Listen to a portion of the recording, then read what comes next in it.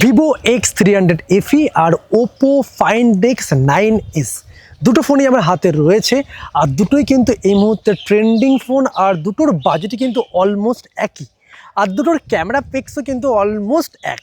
So আমরা দেখব যে এই দুটো ফোনের মধ্যে কোন ফোনের ছবি কীরকম আসছে, এতে তোমাদের বুঝতে সুবিধা হয় দুটো ফোনের ফটো কোয়ালিটি কীরকম, ভিডিও কোয়ালিটি কীরকম।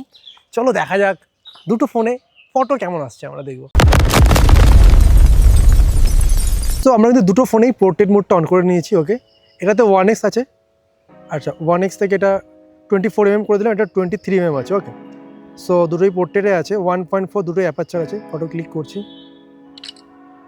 ওকে, সো দেখতে পারছো যেটা ভিভোর ফোনটা কিন্তু ডাইনামিক রেঞ্জ ওয়াইডে বেশ ভালো আসছে। এখানে কিন্তু ওপোতে কিছুটা ডার্ক আসছে, দেখতে পাচ্ছ, বাট ব্যাকগ্রাউন্ডটা ঠিক আছে ওটার, এটা ব্যাকগ্রাউন্ডটা কিছুটা ওভার হয়ে গেছে।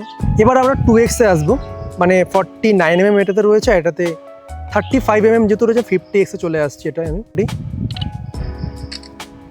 অ্যান্ড দুটো ছবি তোমরা দেখতে পাচ্ছ। এই ক্ষেত্রে কিন্তু ওপো ফাইন্ড এক্সের ডাইনামিক রেঞ্জ অনেক বেটার লাগছে, এখানে কিন্তু ডাইনামিক রেঞ্জটা কিছুটা কম লাগছে।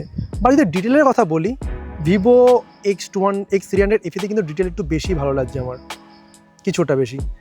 এটাতে কিছুটা ফেসটা বেশি স্মুথ হয়ে গেছে আর ব্লাডটাও এটাতে বেশ ঠিকঠাকই রেখেছে। এটা তো ব্লাড ঠিক আছে। 3x মানে 73mm-এ আমি চলে আসলাম এটাতে 85mm। ওকে, রেডি।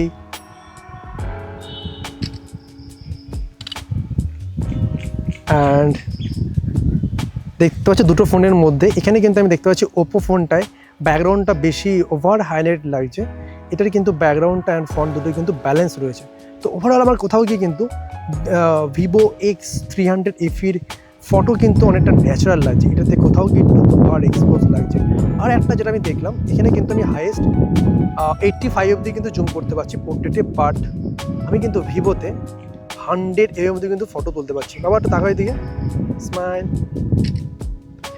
আমরা কিন্তু এক্সট্রা আরও 100mm ফটো তুলতে পারছি আর ব্লারও কিন্তু খুব সুন্দর, যথেষ্ট ভালো আসছে।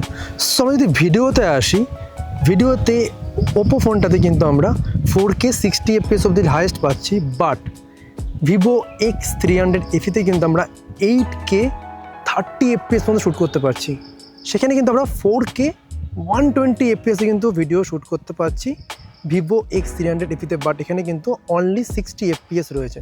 তো এদিক থেকে কিন্তু ভিভো X300 FE কিন্তু এগিয়ে যাচ্ছে। এবার ভিভোর ফোনটাতে একটা ভালো অপশান যেটা দিয়েছে, এই ক্রিয়েটিভে কিন্তু আমরা বিভিন্ন ধরনের AI দিয়ে এফেক্ট তৈরি করতে দেখতে পাচ্ছ। যেরকম আমি এফেক্ট ক্লিক করব সেভাবে কিন্তু এখানে ফটো ক্লিক হবে, বাট ওপোর এই ফোনটাতে কিন্তু এই ধরনের AI-এর কোনো কিন্তু ফিচার্স দেয়নি। বাট এখানে মাস্টার বলে একটা মোড দিয়েছে, যেখানে আমি অটোতে বা ম্যানুয়ালে কিন্তু ফটো ক্লিক করতে পারবো। অটোতে তুললে নিজের মতো ব্যালেন্স করবে ক্যামেরা, আর প্রো মোডে আসলে আমি এখান থেকে নিজের মতো অ্যাপারচার ক্লিক করতে, মানে চেঞ্জ করতে পারবো। এই ফোনটা তো প্রো মোড আছে অবশ্যই, সেখান থেকে আমরা কিন্তু প্রোতে ফটো তুলতে পারবো। সো তোমরা দেখতে পারলে যে দুটো ফোনের ফটো আর ফিচার্স, তো দুটো ফোনের photo and video quality almost একই। কোনো ক্ষেত্রে দেখেছি যে ওপো ফোনের ব্যাকগ্রাউন্ড ব্লার, মানে ব্যাকগ্রাউন্ডের সাথে ফ্রন্টের যে ছবির ডাইনামিক রেঞ্জ কোনটাতে কখনো বেশ ভালো আসছে, কখনো একটু বেশি হাইলাইট হয়ে যাচ্ছে। ভিভো ফোনে আমি যেটা দেখলাম যে সবসময় একটা ব্যালেন্স ফটো কিন্তু আমি পেয়েছি। আর সেখানে ভিভোতে 4K 120fps 8K-তে শ্যুট করতে পারছি, বাট এটাতে 8K নেই বা 4K 120 নেই, বাট দুটোর প্রাইস কিন্তু অলমোস্ট একই আর দুটোতেই প্রায় সেম 50 মেগাপিক্সেল ক্যামেরা রয়েছে।